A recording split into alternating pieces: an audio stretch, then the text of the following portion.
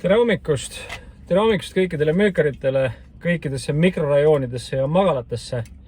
Tervitan siit Sõle uulitselt ja kodu Circle K-st. Ja üle mõningas aja jälle suurepärane mõttekoht. Cheers! Tere hommikust, trenn on tehtud. Suurepärane mõttekoht.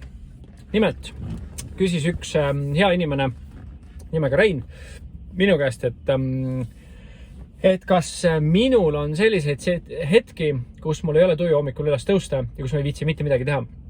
Et ma jätan võib-olla vale mulje endast, et mind kuulates siis võib-olla tundub, et mul on kogu aeg on ainult üks tuli takus ja ainult üks tormamine, et kas ma ei olegi inimene.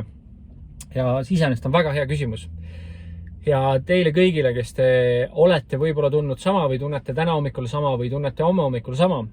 Ehk siis me kõik oleme inimesed, me teeme küll müügitööd, mis on maailma kõige väljakutsuvam töö ja me ei räägi füüsilisest tööst võib-olla, et kindlasti on kuskil väga raskeid töid, aga emotsionaalselt, vaimselt ja rutiinses mõttes on see kindlasti paras nagu väljakutse.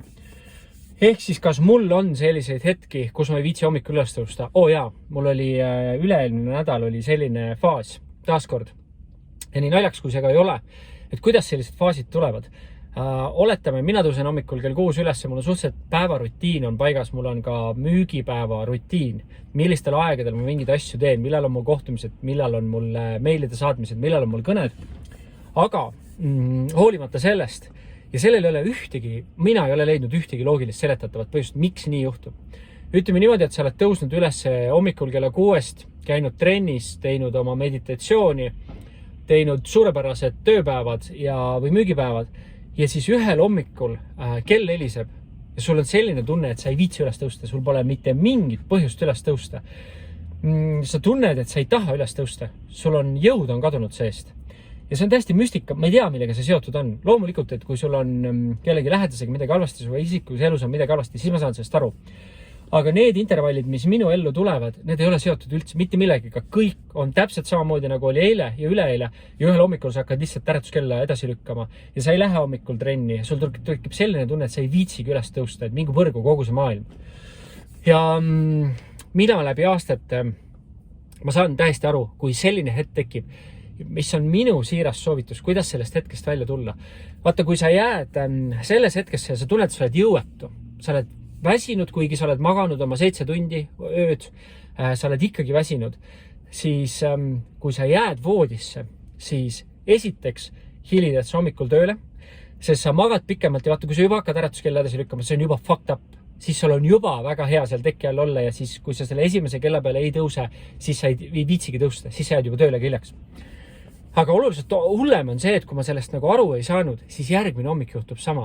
Sa satud sellisesse slow motion lainesse või siukse väsimuse lainesse, kus sul on kopp ees ja mitte miski ei kirgasta sind ja sa ei näe mitte kuskil nagu seda elusädet. Ja taaskord üle-eelmisest nädalast täpselt sama asi juhtus. Esmaspäeva hommikul ei jõua, lihtsalt ei jõua, ei taha, ei saa. Kõik on halvasti, mingit mõtet ei ole. Ainus asi, mis sellisel puhul aitab, on see, et sa teed hambad ristis, ärkad esimese äratuskella peale, sa ei lükka edasi. Ja ma ei tea, mis on sinu parimad praktikad. Ma käin külma duši all, ma käin hommikuti väljas jooksmas, ma teen mõni hommik 2 korda nädalas teen boksi, mõnikord teen jõusaali, vahet ei ole mis, aga on üks kindel asi, sa pead liikuma saama ja see ei ole mingi spordi propageerimine, et terves kehas terve vaim, ei, see pole see. Point on lihtsalt selles, sa pead läbi jõuetuse liikvele minema. Ja te isegi kujuta ette seda situatsiooni, kui sa oled täiesti jõuetu, sa ajad ennast hoolimata sellest ülesse ja sa ajad endale dressi selga ja lähed hommikul välja jooksma ja sa oled seal Stroomi rannas, kus sulle sitta ja lund pritsib näkku, tuul puhub, ülikülm, ülipaha on, aga sa tunned, et sa ärkasid uuesti ellu. Ehk siis minu point sellisel juhul on, kui sa oled terve ja sa oled maganud ja sul ei ole elus nagu päriselt midagi nagu tohutult, kedagi lähedast ei ole surnud, siis tee täpselt vastupidis sellele, mida su keha ja su mõistus ütleb, et sa tegema peaks. Ehk siis, kui su mõistus ütleb, et ole teki all edasi, ära tee mitte midagi ja lihtsalt lebota, siis aja endale kark alla, mine välja, mine sinna rõveda vastiku tuule kätte. ole seal ja kui sa oled seal 20 minutit olnud, siis sa tunned, et sa ärkasid uuesti ellu ja ülejäänud päev ja järgmised hommikud, see on pühitud. Ja võib ka olla 2 hommikut niimoodi, et ma satun sellesse ja ma satun sellesse over and over again. Ma ei tea, 6 korra tuleb mul selline tsükkel peale, kus ma ei jõua, ei taha, ei saa, kõik ajab närvi. Nagu mitte ükski asi ei sobi. Ja siis ainus asi, mis töötab, ma olen igasuguseid praktikaid proovinud. Sest et mõni selgeltnägijate tuleproovi poiss ajab seda juttu, et sa pead igal ajahetkel tegema seda, mis sulle nagu hea tunde tekitab. Ei, müügitöös see ei kehti. Ja oma elus ja kulgemises sa pead kulgema sinna poole, mis tekitab su hea tunde tegema neid tegevusi.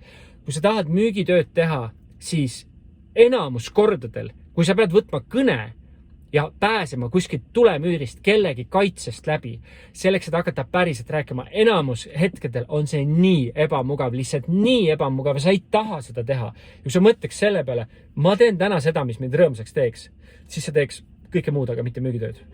Nii et minu poolt aja ennast hommikul välja, panema keha liikuma, panema mõistus tööle, siis mine tööle ja tee seda, mis sus ebamugavust tekitab. Sest ainult niimoodi võid sa kuskile välja jõuda.